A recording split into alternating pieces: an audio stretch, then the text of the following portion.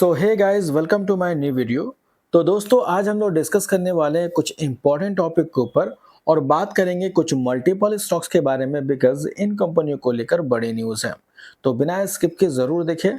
और दोस्तों, अगर आप चैनल में नए हैं तो चैनल को सब्सक्राइब कर दे, बेल आइकन को प्रेस कर दे ताकि इसी तरीके से इंपॉर्टेंट नोटिफिकेशन सबसे पहले आपको मिलते रहेंगे। चलिए शुरुआत करते हैं और सबसे पहले बात करेंगे अवेंटल लिमिटेड कंपनी के बारे में जो कि डिफेंस सेक्टर से बिलोंग करती है। And Avantel limited share rally 5% on securing 10 crore order. तो 10 करोड़ का ऑर्डर मिला जिसके वजह से बाजार ने इसको अप्रिशिएट किया है।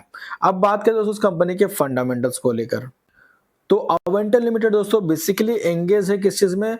Designing, developing and maintaining wireless and satellite communication product के लिए, जो कि डिफेंस इलेक्ट्रॉनिक रडार में और डेवलपमेंट का भी कामकाज करती है और साथ साथ एरोस्पेस और डिफेंस सेक्टर के लिए कामकाज करती है। तो बेसिकली इनका कामकाज देखोगे तो डिफेंस के लिए ही सर्विसेज प्रोवाइड करती है जिसका मार्केट कैप 4,706 करोड़ का है।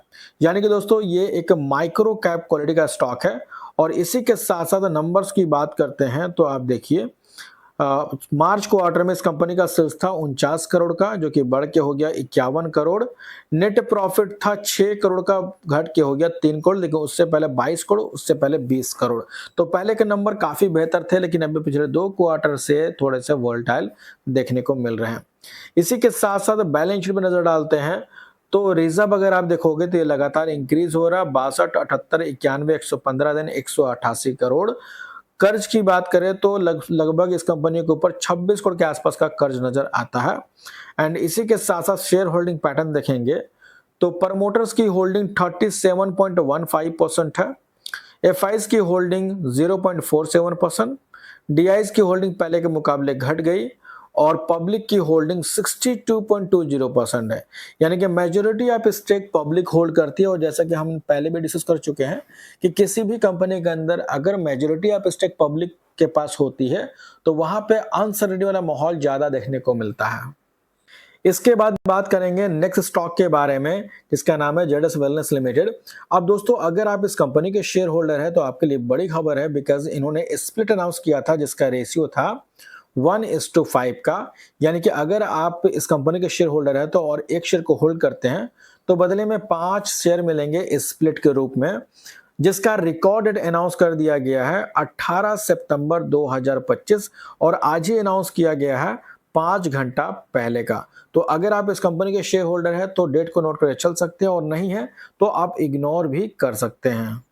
इसके बाद बात करेंगे केपीआईटी टेक्नोलॉजीज लिमिटेड कंपनी के बारे में। अब देखिए केपीआईटी की बात करें दोस्तों तो केपीआईटी अभी पिछले कुछ समय से काफी ज्यादा स्ट्रगल फेस कर रही है, लेकिन इस कंपनी का प्रोफाइल को समझने की कोशिश करेंगे।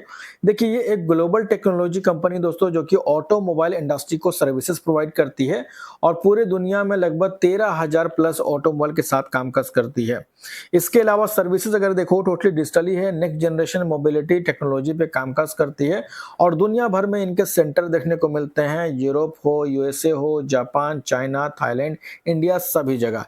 लेकिन अभी टैरिफ के वजह से इस कंपनी को भी मार झेलना पड़ा जिसके वजह से स्ट्रगल फेस कर रही है। मार्केट कैप इनका 35,328 करोड़ का है।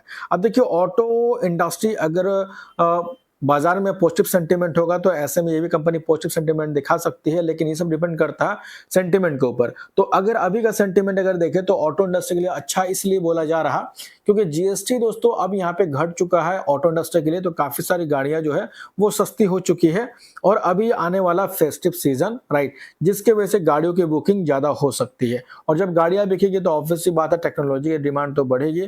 तो इनडायरेक्टली हम बोल सकते हैं कि जो भी ऑटो इंडस्ट्री से जुड़ी हुई कंपनी है, कामकाज करती है, उनके लिए पॉजिटिव खबर देखने को मिल रहा है जीएसटी से रिलेटेड।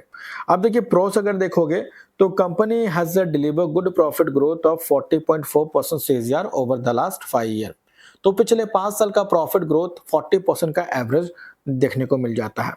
नंबर की बात करते हैं तो नंबर देखिए अगर हम लोग पिछले 1 साल का डेटा देखेंगे जून 2024 से लेकर जून 2025 तक का, तो 1365 करोड़ का सेल्स था, बढ़ के हुआ 1471, 1478, 1528 देन 1539 करोड़।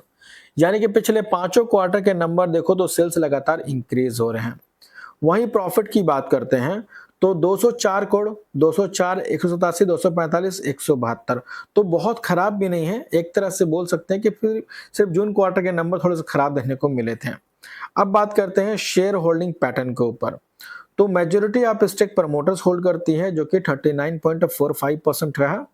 एफआईज की होल्डिंग पहले के मुकाबले घट गई है, 17.17 से घट के हो चुका है 15.49% का। एंड डीआईज की होल्डिंग बढ़ी है, 21.29 से बढ़ के हो चुका 22.36%। एंड पब्लिक की होल्डिंग 21.15 से बढ़ के हो चुका 21.90%। तो जहां पे दोस्तों एफआईज ने अपने स्टेक को ट्रिम किया है, तो वहीं पे डीआईज और पब्लिक ने थोड़ा थोड़ा स्टेक बढ़ाया है। अब बात करेंगे वरुण बेवरेजेस लिमिटेड कंपनी के बारे में। अब देखिए वरुण बेवरेजेस को लेके भी काफी सारी क्वेरीज आ रही थी, बिकॉज वरुण बेवरेजेस भी काफी लंबे समय से वोलेटाइल है और काफी प्रेशर झेलना पड़ रहा। क्योंकि दोस्तों जीएसटी को लेके इस कंपनी को प्रॉब्लम ये हुआ क्योंकि जीएसटी जो 28% का था वो अब बढ़ के हो चुका 40% इसके अंदर। तो एक तरह से आप देखो तो कहीं ना कहीं ये जो प्रॉब्लम है दोस्तों वो बढ़ता हुआ नजर आ रहा।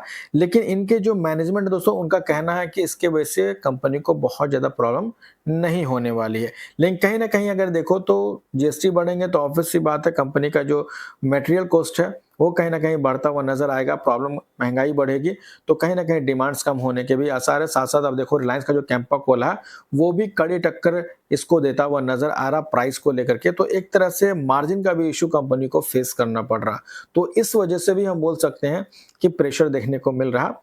हालांकि प्रीवियस टाइम का परफॉर्मेंस कंपनी का काफी डिसेंट रहा है, 1,60,576 करोड़ का मार्केट कैप है। और प्रोस भी देखेंगे तो कंपनी अपने डेट को लगातार रिड्यूस कर रही है, 41.4% का सीजीआर है पिछले 5 सालों का प्रॉफिट ग्रोथ का। नंबर्स वगैरह अच्छे रहते हैं, अगर आप पिछले 1 साल के नंबर भी चेकआउट करेंगे तो नंबर आपको अच्छे देखने को मिलेंगे। नेट प्रॉफिट भी अगर आप कंपेयर करेंगे तो भी आपको अच्छे देखने को मिलेंगे। इस बार भी आप देखो 731 से बढ़ के हो गया 1325 करोड़ का प्रॉफिट। इसके अलावा शेयर होल्डिंग पैटर्न में क्या चेंजिंग हुई है जून क्वार्टर के अंदर देखिए। प्रमोटर्स की होल्डिंग 60.23 से घट के हो चुका है 59.22%। एफआईज की होल्डिंग 22.98 से घट के हो चुका 21.86%। वहीं पे डीआईज की होल्डिंग 9.19 से बढ़ के हो चुका है 10.52% और पब्लिक की होल्डिंग 7.59 से बढ़ के हो चुका 7.80%। तो जहां पे एफआईज ने एंड प्रमोटर्स ने थोड़े थोड़े स्टेक को ट्रिम किया है, तो वहीं पे डीआईज और पब्लिक ने थोड़े थोड़े स्टेक को बढ़ाया है। तो फिलहाल दोस्तों इस वीडियो में यही इतना ही था। जो भी हमने कंपनी डिस्कस किया इस वीडियो के अंदर वो सिर्फ एजुकेशनल पर्पस के लिए है, बाय और सेल करने का बिल्कुल भी रिकमेंड नहीं है। तो मिलते हैं नेक्स्ट वीडियो में, तब तक के लिए बाय बाय।